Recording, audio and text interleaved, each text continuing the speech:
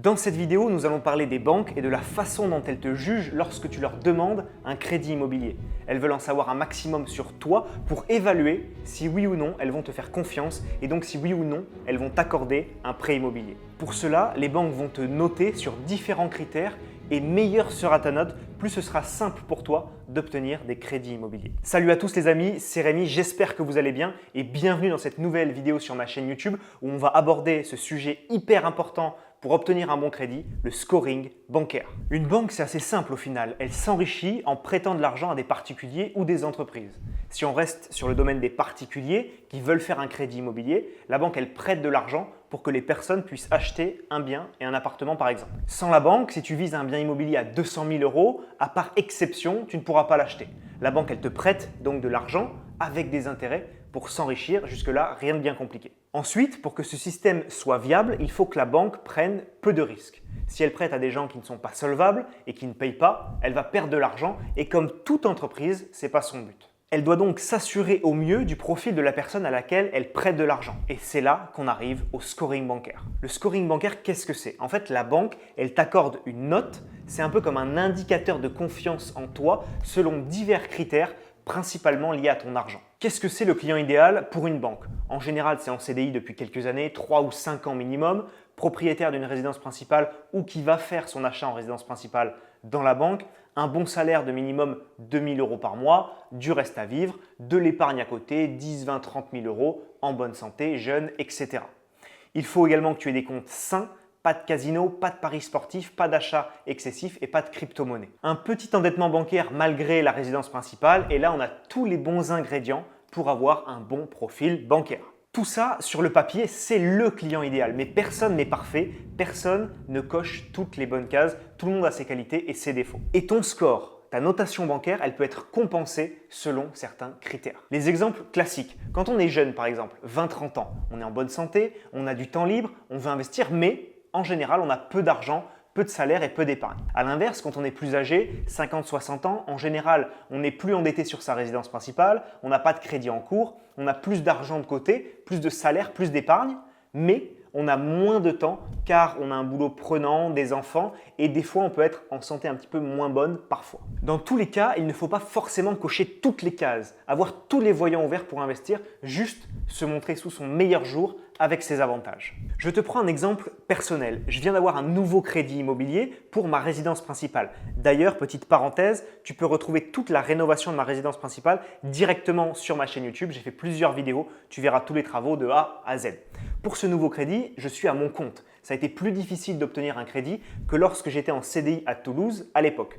Mais ce n'est pas grave car je compense avec d'autres qualités. En général, le but ça va être d'essayer d'être bon partout et si besoin, compenser et montrer ses qualités au banquier. Exemple, tu peux être en CDD depuis 5 ans, mais par contre, tu as mis 30 000 € de côté. Tu as 1 500 € de salaire, mais par contre, tu es très peu endetté parce que tu as acheté une résidence principale très peu chère. Ou encore, tu as une énorme épargne parce que tu étais en alternance chez papa-maman pendant 3 ans, mais tu n'as pas encore de résidence principale. Maintenant, je vais te donner selon moi la meilleure méthode pour optimiser ton scoring bancaire. Premièrement, augmenter son épargne chaque mois. Ça veut dire quoi? Ça veut dire commencer par se payer en premier, faire l'effort d'avoir une épargne forcée chaque début de mois. Le premier du mois, tu dois avoir de l'argent qui part de ton compte en banque sur d'autres comptes. Tu dois t'habituer à vivre sans cet argent. Même montant chaque mois ou bien tu augmentes ce montant, mais jamais le diminuer. Et ensuite, faire des économies sur tes dépenses classiques, tes abonnements, tes assurances, etc. Ça va te permettre de montrer ta stabilité au banquier. Deuxièmement, avoir des comptes en banque hyper sains, clairs à lire, sans red flag pour le banquier. Troisièmement, augmenter ses rentrées d'argent. Alors oui, si possible et selon ta situation personnelle. J'ai un exemple très intéressant à te partager que j'ai filmé déjà en vidéo, celui de Guillaume à Martigues qui avait repris ses études pour passer d'un salaire de 2 200 € à 3 000 €, ce qui lui a permis d'investir dans 10 biens immobiliers en seulement 3 ans. Quatrièmement, ramène le maximum de ton argent dans la banque qui te prête justement pour investir dans l'immobilier. Ramène tes salaires, prends une carte bleue, des assurances vie, des comptes titres, un livret A, prends tes assurances de crédit, ta PNO, ton téléphone, etc. Tout ça, oui, je suis bien d'accord avec toi, tu peux faire des économies en les prenant ailleurs parce que la banque, forcément, elle fait de la marge sur ces produits-là. Mais si après le banquier, il te ferme la porte, que tu ne peux plus lever de dette et que tu ne peux plus investir avec lui, forcément, ce ne sera pas une bonne opération pour toi. Donc, ne prends pas forcément tous les produits dans la banque, mais essaye toujours d'avoir cette relation gagnant-gagnant avec le banquier. Il te fait gagner de l'argent, pense à lui en faire gagner également. Tous ces éléments vont t'aider à avoir le meilleur profil possible auprès des banques et faire en sorte qu'elles aient envie de t'avoir comme client. Ensuite, il faut forcément que ton projet il tienne la route, le montrer avec un dossier bancaire en béton armé, mais ça, c'est un autre sujet que j'ai déjà traité dans une vidéo sur la chaîne, on te la mettra en description.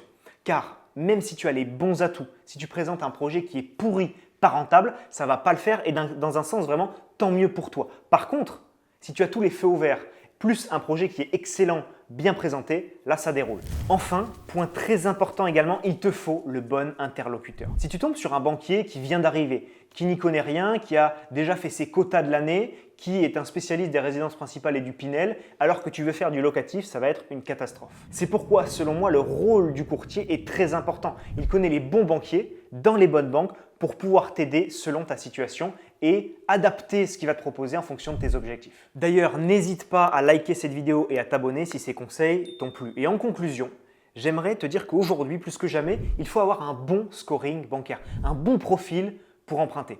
C'est fini l'époque où tout le monde pouvait emprunter, les banques étaient un peu moins regardantes, les taux étaient à 1%. Maintenant, il faut se professionnaliser. Ça laisse forcément beaucoup moins de place aux touristes et beaucoup plus aux investisseurs aguerris. Et même si on ne l'est pas de base, personne ne l'est. On peut le devenir. Continue à te former sur le sujet de l'investissement immobilier, comprends les mécanismes, fais-toi accompagner, coacher et surtout, passe à l'action. Pour terminer, et si tu es encore là, c'est que forcément tu t'intéresses réellement au sujet de l'immobilier, que tu veux en savoir plus. Pour cela, j'ai créé 1 heure de formation offerte. Tu la retrouveras directement en description, ainsi que d'autres cadeaux comme des villes où investir ou un calculateur de cash flow offert. Je te laisse regarder ça et on se voit dans une prochaine vidéo. C'était Rémi.